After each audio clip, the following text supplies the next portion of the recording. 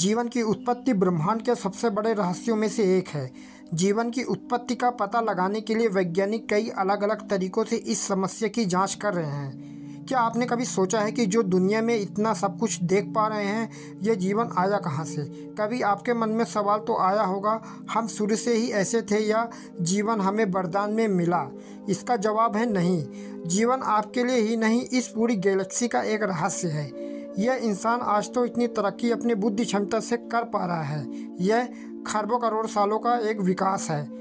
लेकिन सवाल यह भी उठता है कि ये जो जीवन है, ये बाहर से आया या फिर पृथ्वी पर पनपा, और इतना सब कुछ कैसे हुआ? तो दोस्तों, सवाल तो बहुत से हैं। इनमें जुड़े हुए कई छुपे हुए रहस्य भी हैं। तो वीडियो को अंत तक ज़रूर देखना। तो दोस्तों, मैं हूँ विजय पांडे और आप देख रहे हैं हमारा YouTube channel noble and science. तो चलिए वीडियो शुरू करते हैं। जीवन की खोज इस दुनिया की एक ऐसी उपलब्धि है जो दुनिया के हर एक कोने में है। पृथ्वी पर हर एक जगह फल और फूल रहा है। आज इन सभी प्राणियों में से हम यानी मनुष्य बहुत ही बुद्धिमान हैं। जब इस समय कोई भी प्राणी जो अभी भोजन के लिए संघर्ष कर रहा होगा, वहीं हम इंसान आज मंगल पर रहने का सपना देख रहे हैं। वैज्ञानिकों का मानना है कि पृथ्वी पर जीवन की शुरुआत होना सिर्फ एक घटना थी, जो कि 4 अरब साल पहले घटी थी। हमने इतने सालों में इतना विकास कैसे किया? चलिए आपको समझाते हैं। इंसान जो आज इतने आविष्कार कर रहा है, आज हमारे पास सब कुछ है। हम इंसान सबसे ताकतवर जीव है दोस्तों। लेकिन हमारे जीवन का विकास काफ़ी रोमांचक कठिनाइयों से भरा रहा है।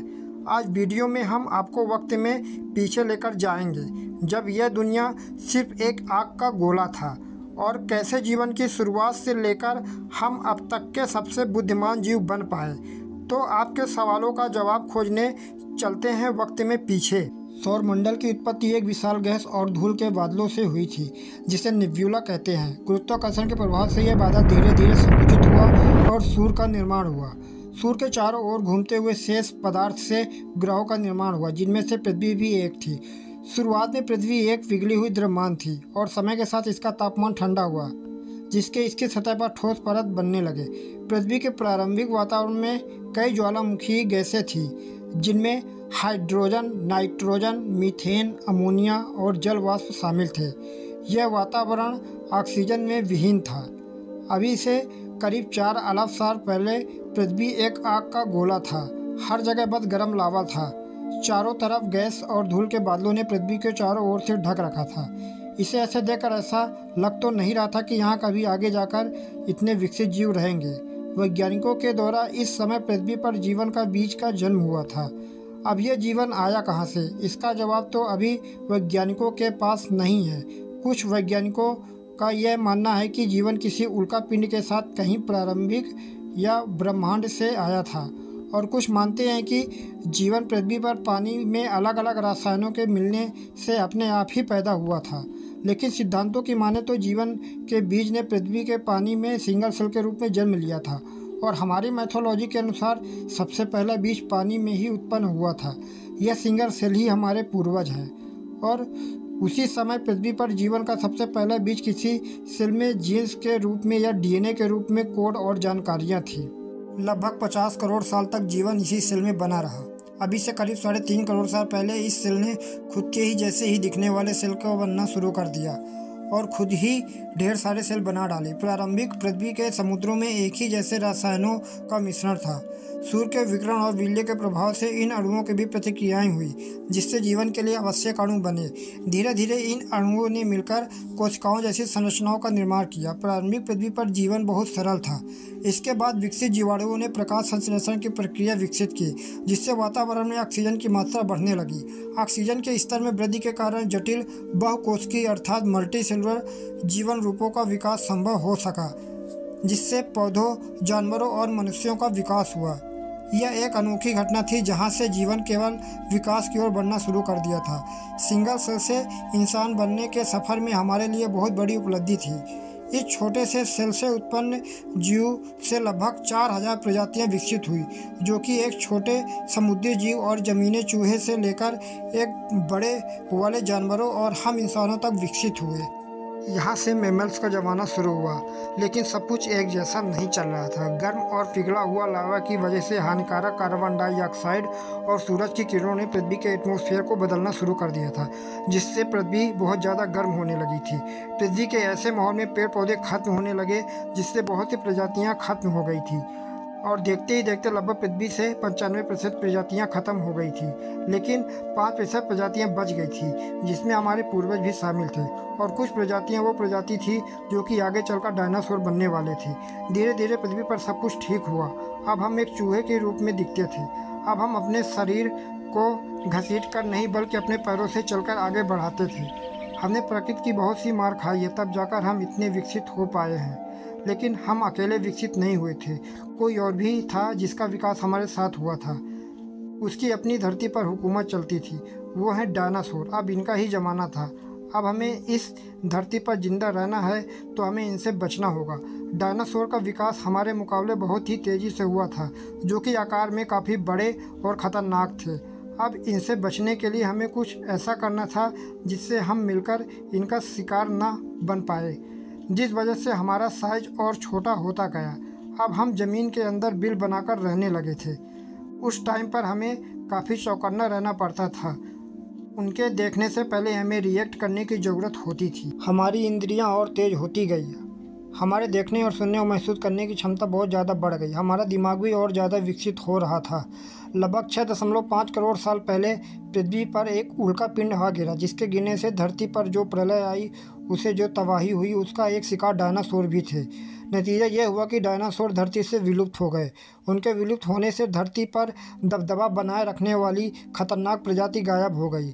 इसी कारण और प्रजातियों को मौका मिला कि वह अपना प्रभाव जमा सके।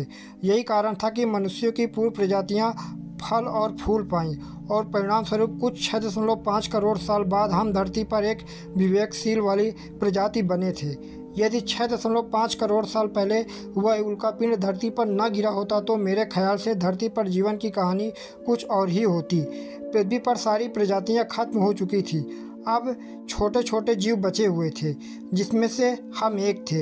लेकिन नेचर का एक नियम है न्यू क्रिएशन, और कोई भी न्यू क्रिएशन से पहले पुराने निर्माण को खत्म होना होता है।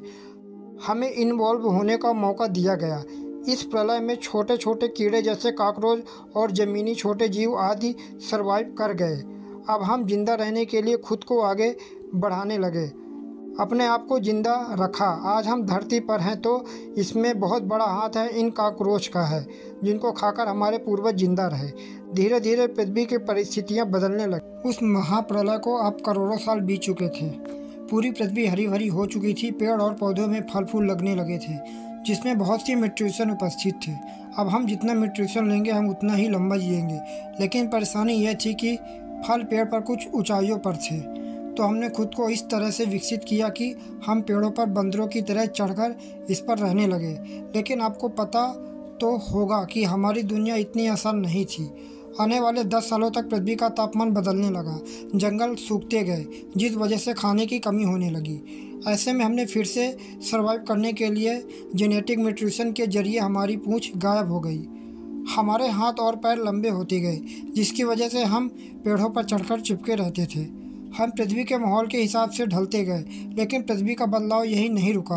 अफ्रीका और आर्मेनियन टेक्टोनिक प्लेट खींचने लगी। ईस्ट अफ्रीकन और वेस्ट वैली का निर्माण हुआ और इनके किनारे पर 3500 किलोमीटर लंबी पर्वतमालाएं बनी। अब कभी इंडियन ओशियन से बादल बनकर पानी बरसते थे, लेकिन उन बादलों को यह पहाड़ रोक रहे थे, जिस वजह से अफ्रीका के उस इलाके में सूखा पड़ने लगा। सारे संसाधन खत्म होने लगे, लेकिन हमारे पूर्वज अफ्रीका के इस हिस्से में फंसे थे। अब हमने खुद को बचाने के लिए हमने भूख के चलते पेड़ को छोड़ने का फैसला कर लिया। अब से लगभग 4.4 मिलियन साल पहले हम पेड़ों से उतरकर भोजन की तलाश में निकले। अब हम यहाँ से आदि मानव कहलाए, लेकिन आदि मानव अधिकांशतः पेड़ों पर चढ़कर ही रहता था। और इस तरह रात में जंगली जानवरों से अपनी सुरक्षा करता था। संभवतः जब उसने ऊंचाइयों पर लगे पेड़ों के फलों को देखा होगा, तब उसने तोड़ने के लिए वह धीरे धीरे अपने शरीर को संतुलित करते हुए 4 पैरों के बजाय 2 पैरों का उपयोग करने लगा होगा। इस प्रकार उसके 2 हाथ स्वतंत्र हो गए होंगे, जिनका उपयोग वह धीरे धीरे किसी चीज़ को खोदने, पकड़ने और उठाने में करने लगा होगा। और इस तरह वह 2 पैरों का उपयोग करके चलने एवं हाथों का उपयोग काम करने के लिए करने लगा होगा। इस तरह मनुष्य में धीरे धीरे शारीरिक परिवर्तन होते गए। जैसे जब वह पैरों पर खड़ा होने लगा तो अधिक दूरी तक देखने लगा होगा। वह आसपास की चीज़ों को देखने के लिए वह पूरे शरीर को घुमाने के बजाय सिर्फ गर्दन का उपयोग करने लगा होगा। हाथों का उपयोग पेड़ों की टहनियाँ पकड़ने, फल तोड़ने, खाना लाने, खाना खाने के लिए करने लगा होगा। इसी समय वह पीठ के बल सोने लगा होगा। इस प्रकार शारीरिक परिवर्तन के साथ साथ मानव के सोचने की शक्ति का भी तेजी से विकास होने लगा। उसके स्पष्ट रूप से रोने व हंसने की आवाज़ में भी अधिक स्पष्टता आती गई होगी।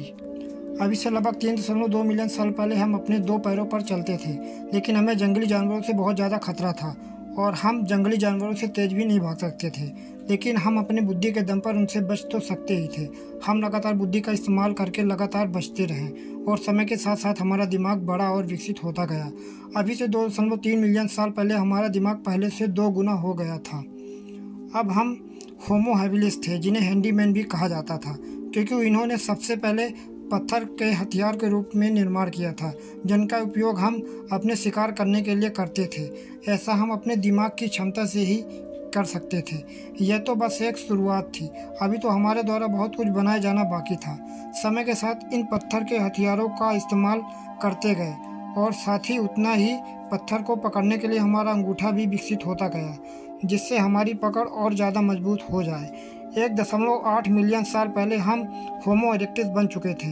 अब हम खुद ही साथ मिलकर शिकार करते हैं और साथ ही मिलकर खाते हैं।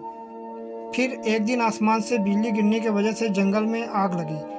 आग में कई जीव जलकर मारे गए और उनका शरीर का मांस आग में पक गया। हमने पहली बार पका हुआ मांस खाया, जो कि हमें बड़ा ही अच्छा लगा, जो कि पचाने में भी आसान था और चबाने में भी आसान था। हमने आग को जलाना सीखा।